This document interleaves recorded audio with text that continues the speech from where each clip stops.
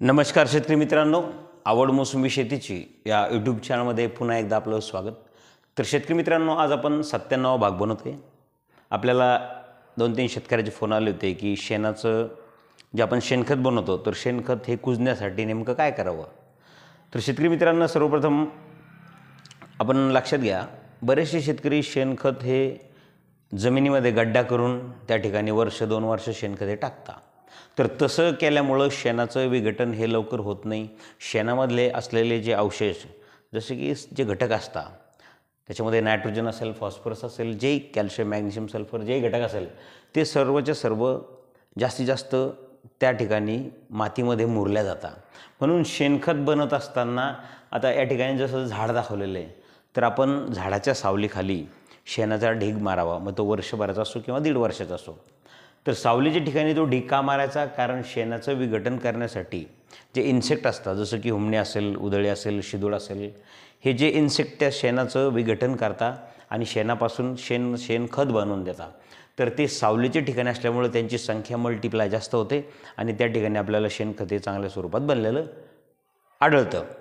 तर झाडाच्या सावलीखाली शेणखत सरफेसला, जमिनीच्या सरफेसला म्हणजे पृष्ठभागावरच टाकायचं, गड्डा करायचा नाही.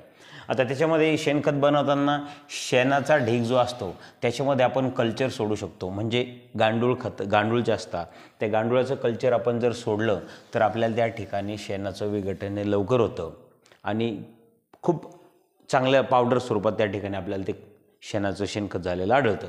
मग आता शेणाचा ढीग, त्याच्यावर आपण कल्चर जे सोडतो गांडूळ खत, याच्यासाठी सावली तर हवेच. त्याच्या व्यतिरिक्त 3-4 दिवसाला 1 तास 2 तास स्प्रिंकलरद्वारे, छोटे स्प्रिंकलर असतात, त्या स्प्रिंकलरद्वारे आपल्याला त्या ठिकाणी पाणी द्यावं लागतं, जेणेकरून ते गांडूळ मल्टिप्लाय होतील, त्यांना पाणी पुरेसं उपलब्ध होईल, जेणेकरून गांडुळाची संख्या वाढते आणि शेणाचं विघटन चांगलं होतं. ज्यांना हा फॉर्म्युला नसेल वापरायचा, त्यांनी दुसरा फॉर्म्युला नंबर 2 म्हणजे झाडाच्या सावलीखाली शेणाचा ढीग असताना त्या ठिकाणी आपल्याला फॉस्फेट पावडरचा वापर करायचा. मग तुम्ही म्हणताल फॉस्फेट पावडर का बरं? कारण फॉस्फेट पावडर हे कुजवण्यासाठी, जमीन भुसभुशीत करण्यासाठी मदत करतं. त्यामुळे फॉस्फेट पावडर, जसं की 1 ट्रॉली शेणखत असेल, 1 ट्रॉली शेणाचा ढीग असेल, तर त्या ठिकाणी आपण 1 ते 1.5 गोणी फॉस्फेट पावडरची आपण त्या ठिकाणी वापरून एक लेअर स्पेसिफिक झाला 1 ट्रॉलीचा की त्याच्यावर 1 गोणी फॉस्फेटची मारायची, परत 1 ट्रॉलीचा झाला तर 1 गोणी फॉस्फेट पावडरची मारायची. असं 5-6 महिन्यानंतर आपल्याला त्या ठिकाणी शेणाचं विघटन हे चांगल्या स्वरूपात झालेलं आढळतं. तर शेतकरी मित्रांनो, चूक करायची नाही कोणती, गड्ड्यामध्ये शेणखत तयार करायचा प्रयत्न आपण करायचा नाही. कारण गड्ड्यामध्ये शेणखत तयार केलं तर काडी कचरा हा लवकर सडत नाही, त्या ठिकाणी हुमणी, उधळी, शिदोळ असेल, यांची संख्या मल्टिप्लाय होत नाही.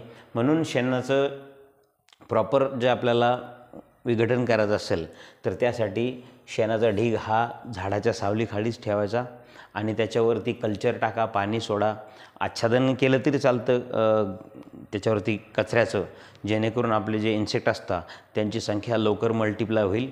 तर शेणखत वापरताना नेहमी आपण कुजलेलंच वापरायचं, जेणेकरून त्याचे दुष्परिणाम आपल्या फळबागेवरती येत नाही.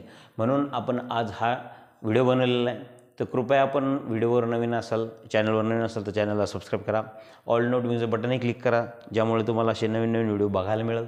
आणि कृपया व्हिडिओ आवडला असेल तर व्हिडिओला लाईक करा, शेअर करा.